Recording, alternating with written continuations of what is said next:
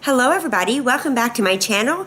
My name is Kisha. I blog every day at kjaggers.com. The link is below. You can hop over there and visit me anytime you wish.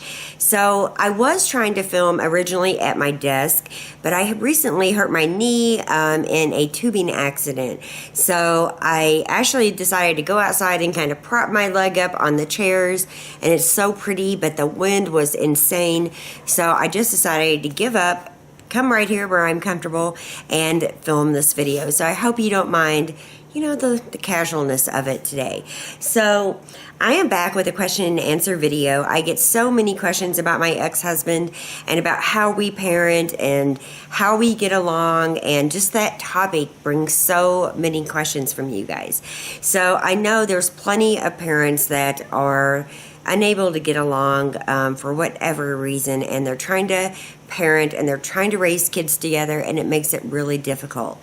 And from all the questions and all the comments, what I have gathered is you guys want to know how I have managed to get along with my ex-husband. So first and foremost, I do want to say I want to try to be private somewhat with his details. He doesn't really mind me filming and talking about things, but I still want to try to be respectful of his privacy. So, and that's because I have kids there too. But anyway, when we divorced, neither of us was really in a good place. We were arguing like any other couple who's about to divorce does. We were not in a healthy spot to raise our kids together, and separating seemed like the right thing to do. So even through that process, it was really hard. It wasn't like we get along now. Instead, we were throwing keys into trees and having firemen come help us, and arguing and not agreeing on things. And it was hard. And I think for every couple that is either divorcing or separating, no matter what, it's going to be a hard process. Now, we did not go into therapy. We did not put our children into therapy. Jackson was 2, Brittany was 3, so we felt like they would adjust okay. And they actually, have. But I do think a lot of that is due to their ages. So, it probably wouldn't be so easy if we were divorcing when they, are 12 and 13. It just seemed easier for us. So, in the beginning, we were very emotionally charged and very angry, and we weren't sure how to parent the kids being apart. I wanted to move away. He wanted to stay. And he isn't even originally from the state he's in. I'm originally from that state. He just got sucked into that state and made a life for himself, so he doesn't want to move. Yeah, I didn't want to stay there, and we initially had quite a few problems sorting that all out. So I don't want to make it seem like rainbows and puppy dogs and everything was perfect from the beginning, because it was not. It was hard, it was difficult and painful. And I actually left, and he agreed that I could go travel and work for a little while, and he would watch over the kids so I could get my head cleared, get back on my feet, figure this whole life out, divorced life out. And, the truth is, we didn't stop communicating because Scott came into the picture, or because I made him mad or he made me mad. We seem to always have to communicate over the kids.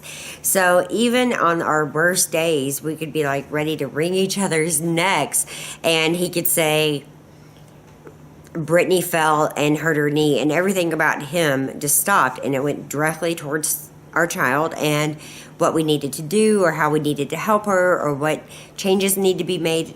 We went right to that. So I have to say, though, that the last 2, 3, maybe 4 years, we have really found a way to deal with each other. Now, sometimes we get mad at each other, and one of us might hang up on each other, but that is rare now. We are to the point where we really do our very best to parent together. And I've had family who heard me talk bad about him and felt like they could talk bad about him. I've had people be judgmental about my relationship still with him, but we have children together, and even in the hard times, we still have to communicate. We still have to be at a lot of the same functions together. And even throughout the years, we were able to have birthdays together, for the kids, or we were able to have a breakfast together, or,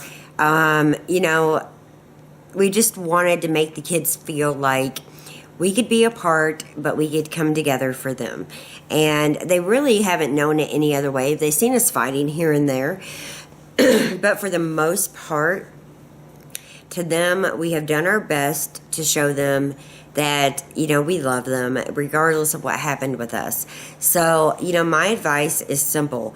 Get through the beginning stages like any other person. You have to feel the pain. You have to grieve that marriage. You have to make the adjustments to move on with your life and get settled into a new routine. And it's a sad time. But I found staying busy and keeping positive and keeping God in my life helped me through that process, as did my family and Scott and my friends. They all helped me through that process.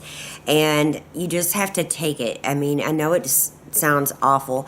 Not all people divorce like in an angry kind of way, but divorce is not pretty. It's painful no matter who you are, what you're going through.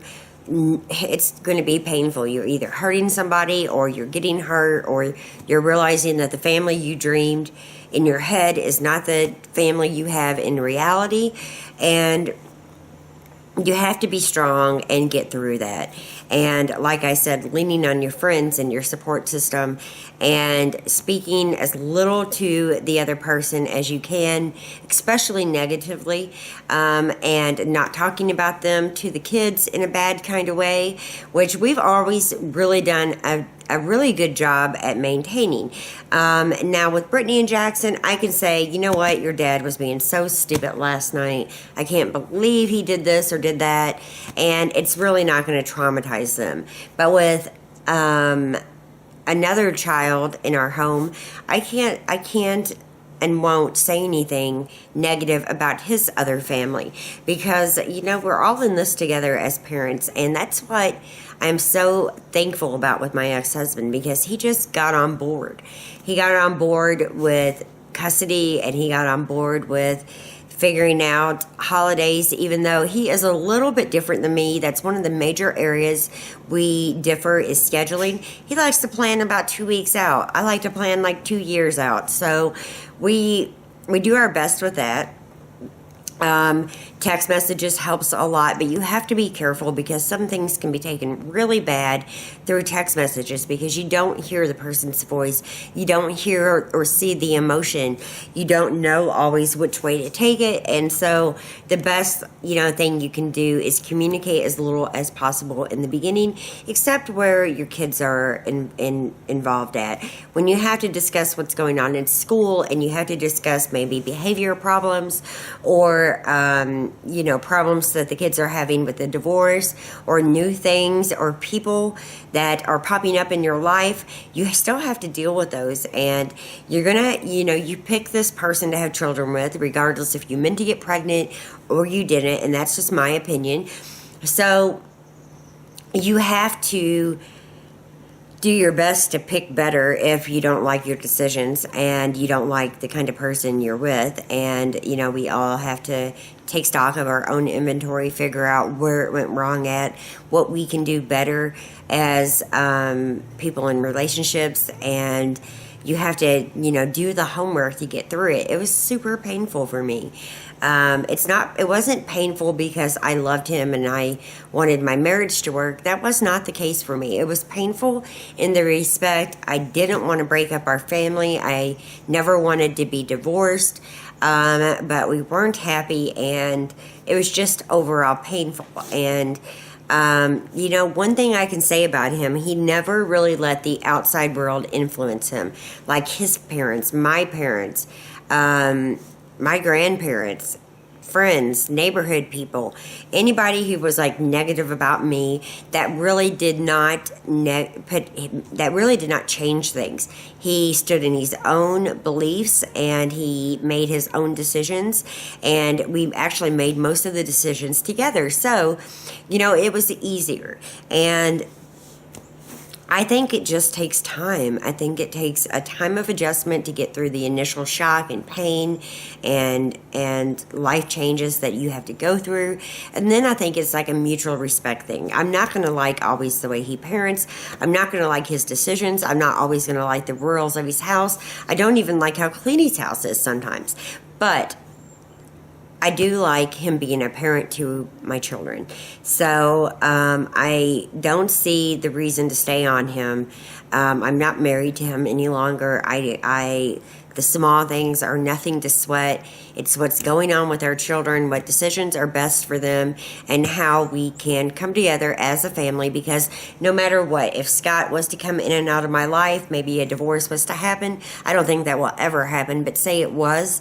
And a new man came into my life, or I went to live with my sister, or whatever the case is, my ex-husband, the father of my children, is going to know about that. He's going to be involved in my life every step of the way now. So my decisions don't only impact me and my children, they also impact him, and vice versa. So knowing that and adjusting to that and making him somebody that I trust and I respect is not necessarily always easy, but something that's important that I have to do.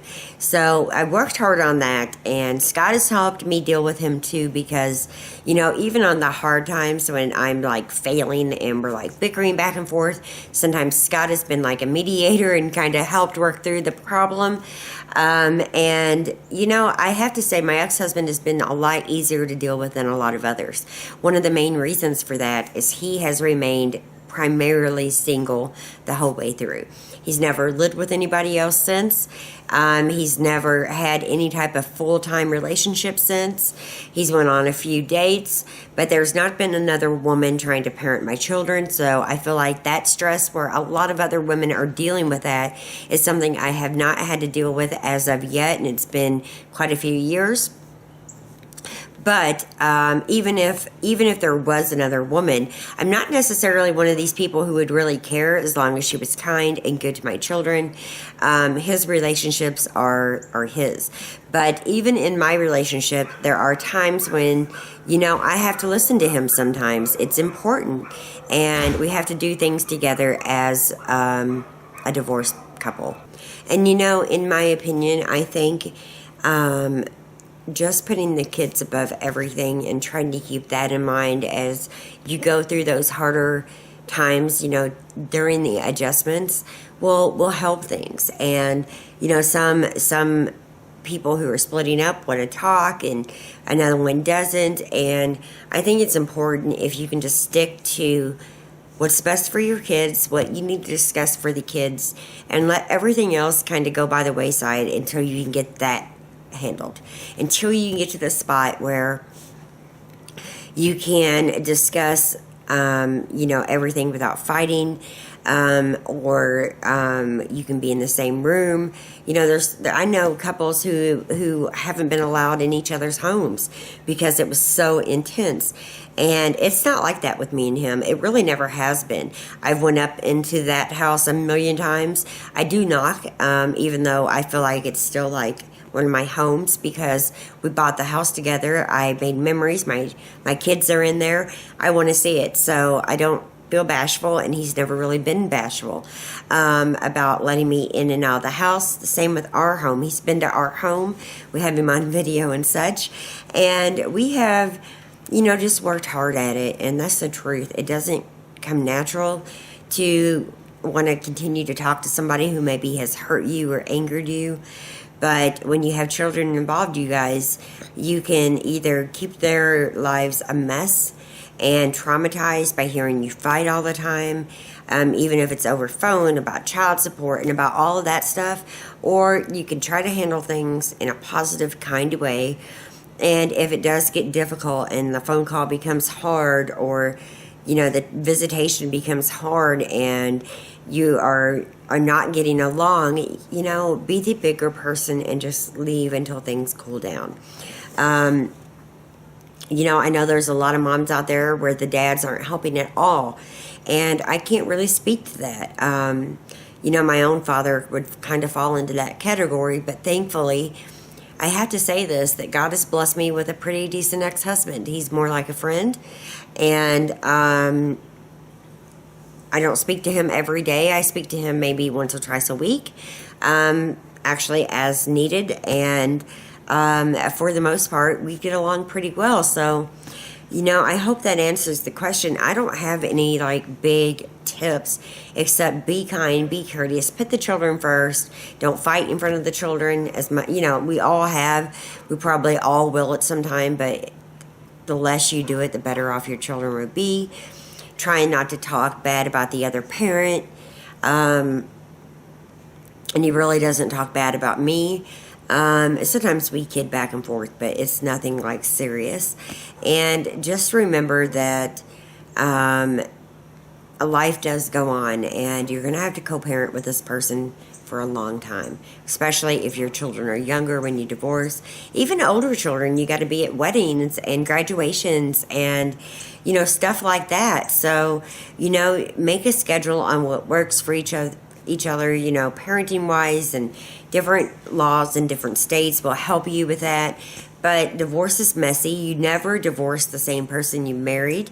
You always, I think, divorce somebody probably a lot different, and praying and asking God to give you strength and doing the best you can. So that is my advice. And take things day by day. Don't get overwhelmed, and put your children first. And even the hard times will shake out. Things will calm down with time.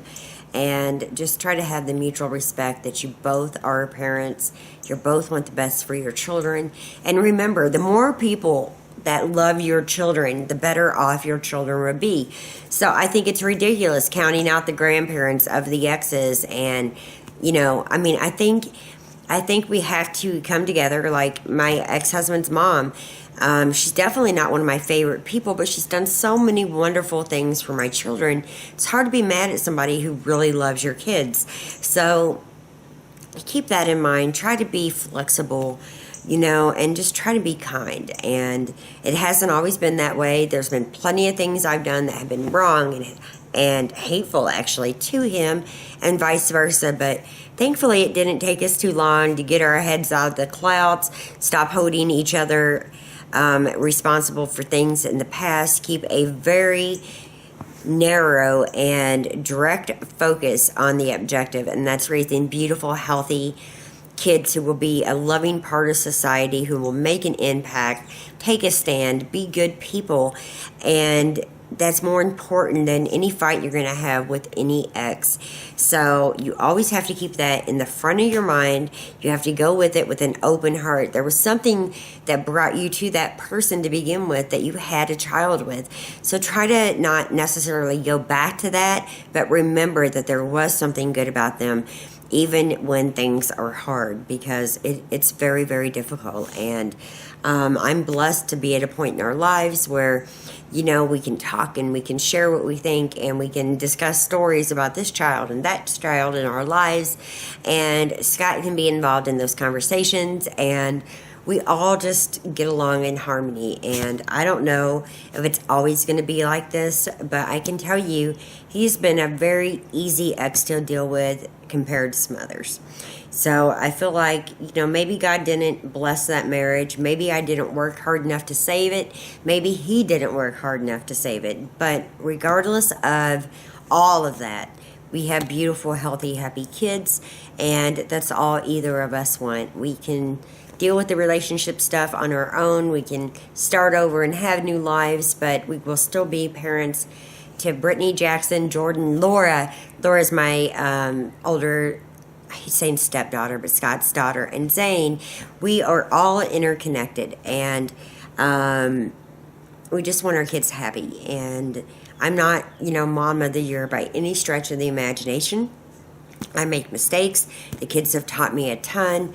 And every day is something new, and sometimes there are new challenges, but we do our best to get through it as a family. And my ex-husband is in fact my family. And there's been people who I love who have been like about him, and it's so hard because I don't want people talking bad about him when I know that my daughter is making straight A's and she's doing really well. I know that he is doing his best, and that's all I can ask for. Even if he makes mistakes, or I make mistakes, they're not life sentences.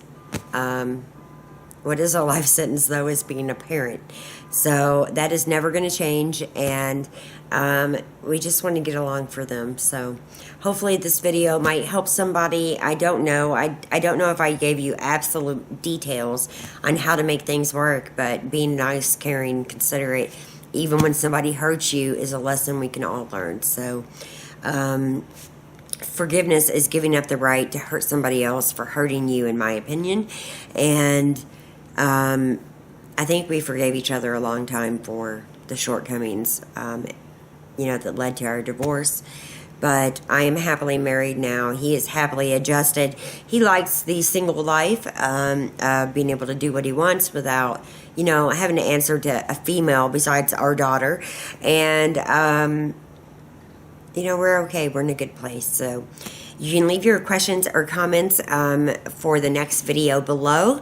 And I would love to hear your thoughts. If you have anything you want to share, by all means, you can share what's worked for you to get along with your ex, or how you managed to make it through the divorce and still raise happy, healthy kids. I think we can all learn from each other here on YouTube, and I love my community here of faithful viewers who talk within each other. I love that. I think it's beautiful. I think we can all learn from each other, so let's be nice. Let's not be judgmental, and let's help one another. There's lots of people struggling with getting along after divorce. It's so obvious to me after all the questions, and it's amazing to me that people are actually looking up to me, wanting the answer on how to make that happen, because it wasn't always like this. But it's a process, and you'll get through it, I promise. And it's better to be the bigger person. It's better to forgive. It's better to parent, co-parent, that is, and give your children two healthy parents that might not live in the same house, but happy, healthy parents who have them in mind. That's the goal through every divorce with children. So I hope this helps, and I will see you tomorrow. I'm going to be featuring a video with Scott, a new monthly subscription. So I can't wait to share that with you. That will be up tomorrow. And yeah, that's about it. Thanks again for watching. Leave your comments and questions below. I'd love to hear if there's any other questions you have that you want answered right away. Leave those below, and I'll do some more videos. And I'm going to rest my knee for a few days. I am off the treadmill, by the way, for a few days until I get feeling better. So it's been, very light walking and work. So hopefully it'll start feeling better soon. Thanks for watching, you guys. Bye-bye.